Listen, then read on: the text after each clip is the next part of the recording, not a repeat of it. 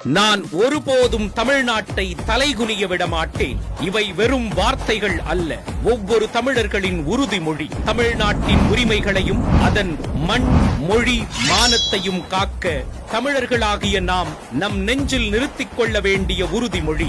2026 தமிழ்நாடு சட்டமன்ற தேர்தல் ஆட்சி அதிகாரத்திற்கான தேர்தல் அல்ல. அது தமிழ்நாட்டின் எதிர்காலத்தையும் அதன் உரிமைகளையும் தீர்மானிக்கப் போகும் ஒரு மாபெரும் ஜனநாயக போர்.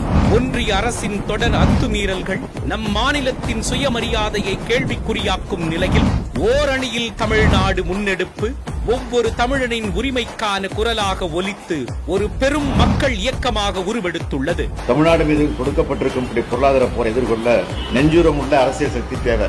அதை உருவாக்கத்தான் ஓரணியில் தமிழ்நாடு என்கிற பரப்பு உரையை ஒரு இயக்கமாகவே தொடங்கி நடத்த இருக்கிறோம். உலகிற்கே பொதுமறையை தந்த நம் தமிழ் மொழியையும் கீழடி மூலம் உலகின் மூத்த நாகரீகமாய் உருவெடுத்துள்ள தமிழர் நாகரீகத்தையும் அழிக்க ஒரு கூட்டம் போலி தமிழ் பாசத்தோடு சுழன்று கொண்டிருக்கிறது. வரி பகிர்வு, கல்வி நிதியில் புறக்கணிப்பு, ஹிந்தி திணிப்பு, புதிய கல்விக் கொள்கை, மீனவர்கள் பிரச்சனை, நீட் தேர்வு என தமிழ்நாடு தொடர்ந்து வஞ்சிக்கப்பட்டு வருகிறது. இந்த அநீதிகளுக்கு எதிராக முதலமைச்சர் மு.க. ஸ்டாலினின் குரல் தொடர்ந்து ஓங்கி ஒலித்துக் கொண்டிருக்கிறது. ஆளுங்கட்சியாக இருந்தாலும் எதிர்கட்சியாக இருந்தாலும் சட்டமன்றம், நாடாளுமன்றம், மக்கள் மன்றம் என்னைக்கு மக்களுக்கான குரலா ஒழிப்போம். வெள்ளம் என இயற்கை பேரிடர்களால் பாதிக்கப்பட்டாலும் தமிழ்நாட்டுக்கான நிதி வருவதில்லை.